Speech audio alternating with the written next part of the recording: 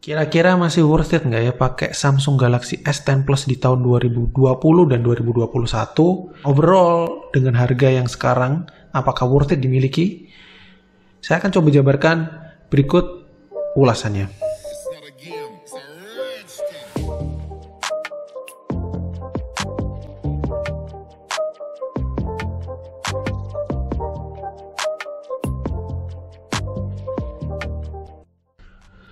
Yang pertama, apakah spesifikasinya masih layak di tahun 2020 dan beberapa tahun ke depan? Saya rasa masih sangat layak. Tentu saja karena spesifikasinya masih terhitung monster, ya, karena flagship lah ya. Dan umurnya juga terhitung baru setahunan ya, setahun 2 tahun, jalan 2 tahun di pasaran Indonesia. Pertama di launching itu di tahun 2019, kalau nggak salah di bulan Maret. Dengan Exynos 9820, fabrikasi 8 nanometer, GPU Mali G76 MP12, RAM 8GB dan storage dari 128GB hingga 1TB. Smartphone ini masih siap untuk diajak bermain game berat, bahkan editing video. Ya, dari tahun 2020 hingga menurut saya ya, dari tahun sampai 2022 lah.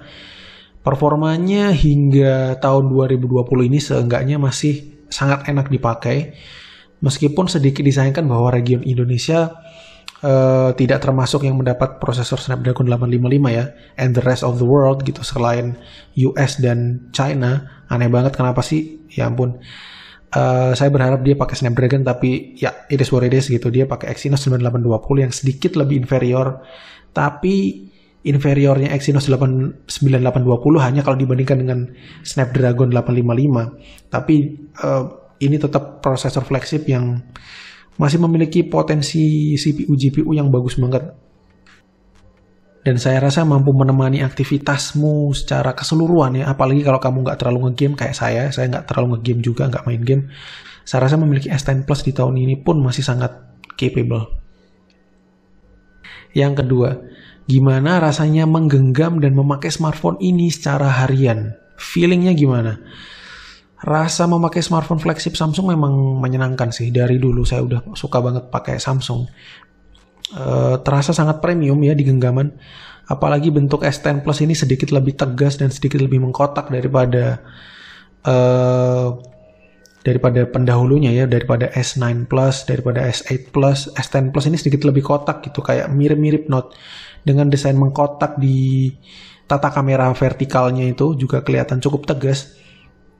Bodinya terasa sangat solid, namun surprise ini cukup ringan sebenarnya dengan 175 gram. Di awal-awal saya pre-order dulu, saya pernah pre-order ini di awal-awal kemunculannya.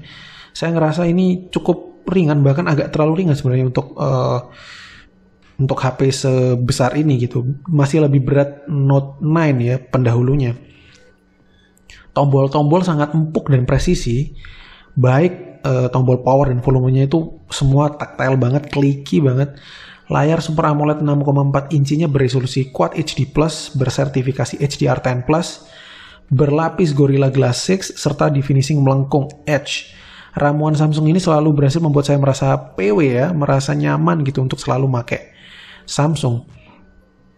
Ya tidak heran juga sih, DisplayMate itu selalu mengganjar layar Super AMOLED Samsung ini sebagai layar smartphone terbaik di dunia.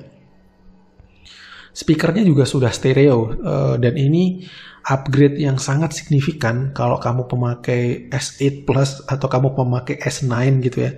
Ini upgrade-nya kerasa banget sih. Aku ngerasa dulu pakai S8, pakai Note 9, terus kemudian jam ke S10 Plus saat itu rasanya bagus banget. Cukup signifikan lah kalau kamu memang berencana dari upgrade ke S8 atau S9 ke S10 Plus. Tahun 2020 kan tahunnya sosial media. Kamera dan videonya gimana? Bagus nggak? Kamera S10 Plus ini salah satu yang membuat saya memiliki smartphone Samsung ini pada zamannya. Ya, pada zamannya kayak udah tua aja, masih belum sih. Ya, masih beberapa waktu lalu saya memilih S10 Plus ini. Salah satu alasannya karena kameranya juga bagus banget. Dalam pengalaman saya sih, memang mungkin ada beberapa aspek yang masih belum menjadi yang terbaik ya. Apalagi dibandingkan dengan kompetitor terdekatnya ya, kalau urusan kamera ya ini Huawei. Tapi secara umum kualitas kameranya tetap di level flagship juga sih sebenarnya. Mungkin kekurangan terbesar yang bisa saya sebut ya, itu dari S10 Plus kameranya adalah ketiadaan night mode yang proper. Di update terbaru memang udah ada night mode, tapi memang night modenya itu belum secakep seri-seri Huawei ataupun Pixel ya. Tapi menurutku sih kalau kamu nggak sering-sering banget foto-foto low light gitu atau foto-foto di remang-remang di tempat cahaya minim, saya rasa sih kualitas fotonya di hampir semua skenario ya, mungkin 95% kemungkinan kamu ngambil foto sehari-hari, saya rasa kualitas fotonya bagus banget. Ini salah satu kamera terbaik yang bisa kamu beli di tahun 2020, terlebih karena harganya juga udah turun. Yang keempat adalah baterai. Smartphone di 2020 ini udah jadi hal yang wajib. Gimana dengan S10 Plus? Samsung Galaxy S10 Plus ini memiliki baterai yang sebenarnya udah cukup besar ya di kelasnya, terutama untuk waktu itu ya di tahun 2019. Ukurannya adalah 4100 mAh, yang dalam pengalaman saya sebenarnya udah terasa lebih baik ya. Terasa banget bedanya kalau kamu sebelumnya kalau kamu pakai S8, S8 atau S9, memakai S10 itu rasanya memang udah kayak udah safe place gitu, kayak udah awet aja, kerasa lebih awet gitu memang. Meskipun jika dibandingkan dengan pesaing masih ada beberapa smartphone yang terkenal dengan keawetan baterainya, misalnya Huawei, sepantarannya S10 Plus itu adalah Mate 20 Pro ya saat itu. Mate 20 Pro sih baterainya mungkin sekitar 20-25% lebih awet. Tapi aku rasa S10 Plus ini masih awet juga baterainya dengan kapasitas 4100 mAh. Kalau kamu bisa beli S10 Plus dengan kondisi baterai yang bagus, apalagi kalau kita ngomongin bekas ya, ya saya rasa sih kamu kemungkinan besar masih cukup puas dengan baterainya. Secara angka saya dapat sekitar 7 jam screen on time, ya yang mana itu respectable lah, not bad tapi ya not great either gitu. Mungkin masalah yang lebih besar ya dari baterainya sebenarnya adalah ketiadaan solusi fast charging yang lebih advance gitu, mengingat S10 Plus ini hanya support maksimal 15 watt aja, yang mana ini udah dipunyai S10 Plus ini dari seri S7 kalau nggak salah. S7 tuh udah pakai 15 watt juga loh. Dan ya adaptive fast charging itulah. Adaptive fast charging itu kan legend banget, itu udah dari tahun kapan gitu. Dan masih dipakai juga di S10 Plus.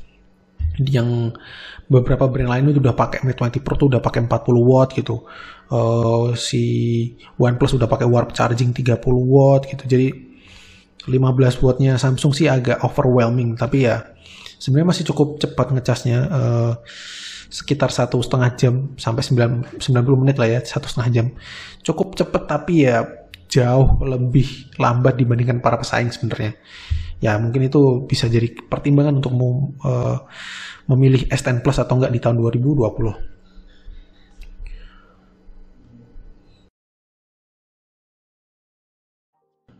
Yang kelima, lalu gimana fitur-fitur lain di Samsung Galaxy S10 Plus nih? Bagus atau enggak? Sebagai flagship Samsung di tahun 2019, sebenarnya dia memiliki segudang fitur yang masih sangat relevan dan bersaing di tahun 2020 ya sebenarnya. Karena ini umurnya juga belum lama, masih tergolong umur muda juga. Mulai dari masih adanya headphone jack 3,5 mm gitu. Punya micro SD slot, NFC, fast wireless charging, terus kemudian audio tuning by AKG, kemudian IP68 water resistant dan lain-lain. Terutama headphone jack ya, mungkin ada yang udah ikhlas dan merelakan gitu ya, workflow tanpa jack audio. Tapi kalau kamu masih dikasih opsi untuk punya jack audio, ya saya rasa sih mayoritas orang masih memilih untuk memakai headphone kabel ya dengan jack 3,5 mm. Dan ini sayangnya dihapus di seri S20, yang mana ini tentunya jadi kelebihan yang aneh ya untuk S10 Plus gitu. Malah dia punya jack audio jadi kelebihan gitu. Masih punya micro SD slot seperti yang saya bilang tadi, dan itu nggak banyak flagship yang menawarkan micro SD slot di tahun 2020.